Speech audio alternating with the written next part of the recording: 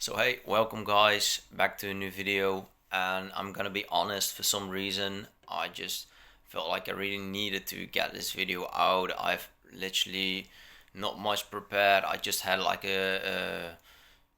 not even a strange thought, like a very clear thought that more popped up in my head, and I was like, I need to share this. And without further ado, actually the topic that I would like to discuss in this video is one way to actually move forward almost flawlessly in life and just have a very cheat sheet, which is so simple it's almost ridiculous that I feel like it's worked flawlessly in my life for a couple of times, and I think if it works flawlessly for maybe a lot of people. So um, a little bit of a background in this is, of course, all of us people, we have dreams in the back of our minds, things that we want to go for, achieve. You need money, so for money you need a job, and you eventually need to get, yeah, and eventually you can work towards that one thing that you really really want. But life becomes very complicated if you're trying to put all the puzzles together, because one thing might not satisfy the other, and so you eventually get friction. For example, if you get a job just because you want money for your eventual dream, then you will soon figure out that if your job is a job at the office, that you don't really have the physical movement. And if you don't really have the physical movement and you don't really enjoy the job, it's very difficult to actually persist in it and grow towards that dream. And we just neglect a lot of principles also from biology, which allow us to naturally not get everything out of ourselves that we want to get out of ourselves. And I think that's a really important message that I would like to share, because like life becomes much easier if it becomes effortlessly. Would be amazing if we could all do it effortlessly, right? So the thing that I don't actually want to very much overcomplicate, but the cheat sheet is very simple. It's three things that your body craves. The first thing that your body craves is physical activity. Well, I can't say for 100% sure if that's for every single entity on this planet, but physical activity, at least biologically speaking, has a lot of benefits for your body. So, and then you have, after physical activity, you usually have a moment where your body says, and now it's enough. I've had enough for today. I need to chill down and relax. That's a relief. Relief can be sleep. Usually, if you have had physical activity, you tend to sleep better, you tend to reduce chronic stress. So, that all leads to relief almost in a natural kind of sense. So, if you have physical activity, you had physical activity and you're tired, you're going into relief mode. And you don't really want to cognitively challenge yourself. And here's the key part: cognitive challenging is exactly what you want to achieve that state of your body to pursue your dreams, because it's where you train, where you're actively working with your brain to actually be like, okay, dreaming, you're just dreaming about which direction do I want to go into, what do I need to actually do on my path to actually get towards a dream. You're starting to plan, you're starting to do all sorts of things, and that's something that you might also kind of, I think it needs it. At least if you don't do it, I'm 100% sure that if you don't train your mind to actively pursue certain things, and you just train your brain to just do work every day, get our money, and then move on to the next day, you're not building the muscle memory and the muscle strength to actually train yourself with soft skills. And it is these soft skills that eventually determine how successful you're going to be into reaching your dream. Not so much the money, it's really your skills, your capabilities that you have, and those are usually not something that you can express in money. It's not something you can often buy. It's things you have less control over, so to say, also a little bit. So that's what I want to say. And how do you get naturally to this state where you start dreaming, you start thinking about all of these things? Because I will not say that everyone struggles with it. But for me, it's been often that I tend to have this caveat. There's this caveat to it where thinking too much about the future and trying to work towards a dream is actually pulling your body outside of its biological rhythm, because you're like, if I don't know what I'm working towards, then why does it make sense to even work in the first place, And yeah, then you start to think about, okay, like I started off with the video, you need money to get somewhere towards your dream. So, well, how do I make the most amount of money? And that's not healthy. That's your brain is then focused on getting the most amount of money, and eventually it's just not effective at the thing that it's supposed to do, because um, like I said, the natural cycle: physical work, relief, and then cognitive challenge, soft skills. um, so if you just reverse the entire thing and be like, okay, I have these three needs, how do I fill them in my daily rhythm?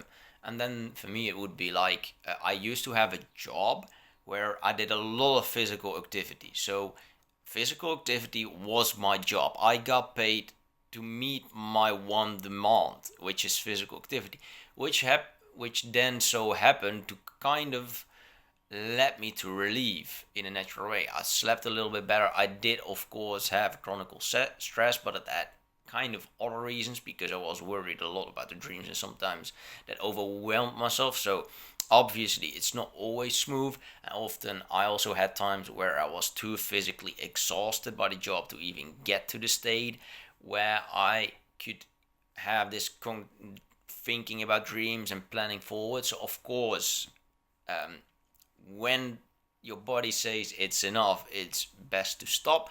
So that's a little bit difficult when you actually have a job to say it's enough now, because my body has had enough.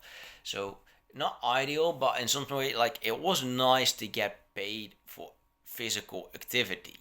And I don't care, like, then if your mind shifts from like, I need to make money, towards like, I need to meet my basic requirements of my body, then it becomes all like it becomes automatic, because I make money while I meet that first demand.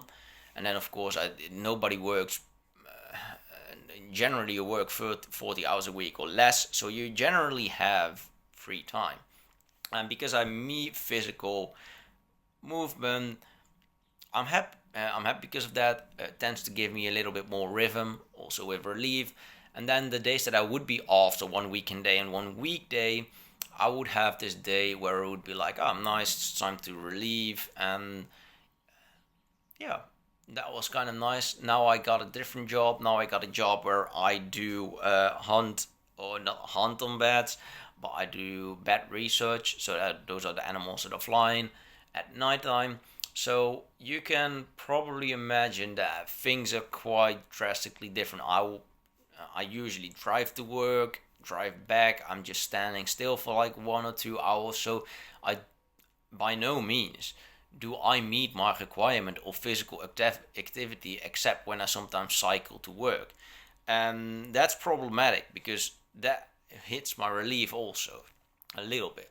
But then I realized just now that this job actually meets the requirement of relief. So during the day, I now just need to change the activities, but to uh, meet my these requirements again. So if every day I would just work in the garden, not overdo it. When I'm overdue, when I'm tired, I quit.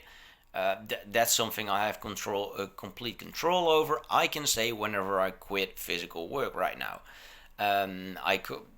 I have quite a lot of flexibility as to, well, I know when I'm actually scheduled, so I know when I will be going to work. And now the work becomes actually the relief. It becomes my time to get out, get some social interactions that help me just put out my mind of like my sitting at home kind of lifestyle. Then um, that's probably awful explained, but anyway, like, it's nice to get out of home, get in a new spot, get in a new place that activates me, And also the bad work, it's at night, so no traffic. Driving is amazing in that sense. Like, you can be with yourself just driving, and then when you do the bad work, amazing, because you're just standing still, silent, and silence in the streets. You just look, and yeah, you are focused, so there's not really like this extensive cognitive challenge that you can plan and think about your dreams, because I need to pay attention to see whether or not there are actually bats present in at the place that I'm actually doing research at. But it actually meets my requirement of relief, and then it's sometimes a little bit difficult to actually when I get home, because there's still some adrenaline in my blood to actually immediately go to bed. But I can tell you it's quite doable if you've worked from like 10, if you have worked from 8 p.m. to 7 a.m. to actually fall asleep eventually at 8 a.m. It's quite naturally, it happens quite naturally. So, but yeah, working in the garden meets my physical demands, and then now I have both of those two, and it meets it. Then it's just a matter of like, okay, it's time to lay back, relieve, and then eventually wait until you get bored. And then when you get bored, you think about like, okay, what is it? What I want to do? What is it? What I want to work towards? And again, work is now relief. Work used to be physical activity. Now work is relief. I get paid for something that I would otherwise have to look for. Like, otherwise, I would have to look for sports tea, for example, to get my physical activity. Well, requires money, requires time, whatever, you know. Yeah, I get paid for it. That's much nicer. And otherwise, like for relief, like that's also a little bit with sports, like, you know, social interaction is a kind of a way to relieve. It's getting out of the house. It's a way. And now I just work and I get paid for actually something that I would love to do otherwise. So it's kind of strange, because I totally don't think about money when I worked at both of those jobs. I was like, I don't really care if I get paid, because I'm happy that some of my daily requirements are met during my job. That's amazing. I love that. And obviously, cognitive challenge is something that you can do at work. There are probably jobs that I would love for that reason as well. But kind of what I'm pointing at is like the cognitive challenge that I have right now is if I'm bored and I want to think about something, I'm just thinking about like my dreams, and it's like homesteading off grid. I'm interested in the kind of stuff, and I'm thinking about like plants and how they grow, because that's my study field. And I'm like, okay, how do plants grow? How do they utilize them? How do I live an ecological life? What are the benefits of a plant? How does it work on the human body? You know, those kinds of things. And then all three needs of mine are met. Amazing, honestly, and I get paid during all of this stuff. So it's just crazy, because it's always about make money and do something that you like, and I'm like, I don't really care if I like it. I'm happy as long as I meet these three requirements, especially if my free time I can spend in actually challenging myself cognitively. Because if I would make my brain like getting tired because of work, then you don't really have a lot of space, for your own like path that you want to take. And that's the video that I just watched about. That I just watched. It was more about like that. Okay, it's not never bad to have a job. It's not necessary to quit your job to just follow your dreams, because that's what a lot of the YouTubers, especially like age 35 and around that, they're like most of them, they've built like a career out of like vlogging and become successful, and they get revenue out of that, or revenue out of a byproduct uh, like writing a book or selling merchandise, or getting Patreon, that kind of stuff, and it's all fun and all, but like having like a job that meets these requirements, so it's like, I'm just gonna do physical work right now and I don't know how much I get paid for it, because I would love to do it otherwise. And then you have like this free time to actually build something, and the video was much about ownership, that you own yourself. So that's indeed a brand, that's like influencing, that's like vlogging, blogging, whatever you want to do. That's this dreaming, this for me cognitive challenge part, and that's where you want your energy and free time to go towards. Is I think is my most important message here. Um, yeah, because it's just very sad if you use up all of your like energy, so that you don't really have much to do after work. Like think about all of these things, because those are nice. Obviously, I need money for some of the dreams that I want to pursue, and well, I can't say anything else but that only like you need some kind of revenue, which I can either get from like immediately being radical and saying immediately like whatever, I am going to immediately pursue the dream that I have in mind, because that's what a lot of people say, like follow your heart and we'll be all right. And well, it's true, probably. It's yeah, it's a decision that you can make. I personally think that this sticking to these three cornerstone is probably gonna be much healthier, because I mean, follow your heart is a little bit saying like I've tried it, follow your heart, and then just look at how do I get towards my dream. But as soon as you start to physically neglect yourself and you've not built a stable foundation, um, you will eventually be destroyed while you're working towards your dreams, because well, I mean, you can mentally make yourself very resilient, but your body just follows the rules that are written in biology, and there is no arguing about that, you know. So, and yeah, if you have the mental rigidity, then obviously you can do it. But I don't, and I don't think that a lot of people have, because if a lot of people would have the mental rigidity to actually do that, then I mean, nobody would be watching this video then. It's as simple as that. It's honestly as simple as that.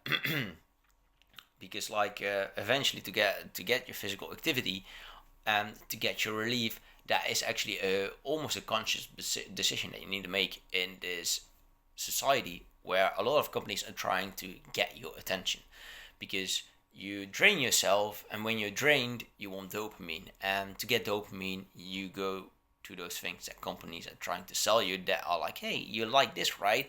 And your body is like, yeah, I need that because I'm dopamine deficient. And then you actually like, you're physically drained and you're still putting attention to something, and because you still put attention to something, you're not actually resting. So you need, in this society, often have to make the decision consciously to actually choose for yourself to get relief, to get to yeah to relax, to get time to let your body restore. So in that sense, that's where the mental resilience comes from. And if you just turn it around and think in these three simple principles, then well, it will be much easier for you, I believe, to just build this mental resilience, which you would otherwise have to start off with building, and then the things just very complex. Just stick to the three things. If you need a little bit of not cornerstones, this is just this Dutch word that like, I have no clue what the English translation for that is.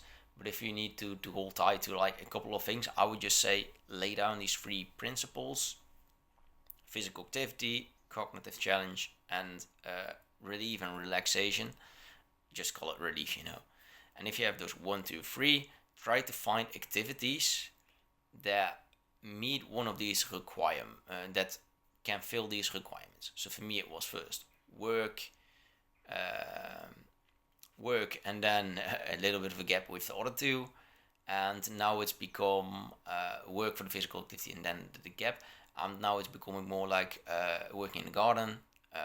Mental relief is like working on dreams, and then the cognitive challenge is working on the dreams, and the mental relief is work in this case. and it will change for me in the future. And that's why I'm also saying these things also for myself, because I might need it in the future, is because I know that in the future I might have to adjust it and I will get a different job, and a different job will probably not necessarily give me relief, but might actually give me again physical activity or cognitive like challenge or mentally drain me. So then I need to be like, okay, if I want to get in a good shape, I want to move forward, I need to find something in my free time to fill these other two gaps that I right now have, because otherwise I know that I will get off track and get not as much out of myself as I would normally get. So yeah, I like I said, I have no clue uh, whatever what is going to happen with this video. I have just thought like I need to record this and then upload it to YouTube, and I give it just a title like this is the cheat sheet to becoming more productive or something around those lines. And I hope that if this video was able to actually find people that watch it all the way to the end, that um, you are for some reason now a little bit more able to get control in your life and become more productive, and more and not necessarily become more productive, but work more accurately actually toward your dreams and get more out of yourself in a more positive, less self-destructive way. I'm gonna say thank you for watching, and I will see you in the next one.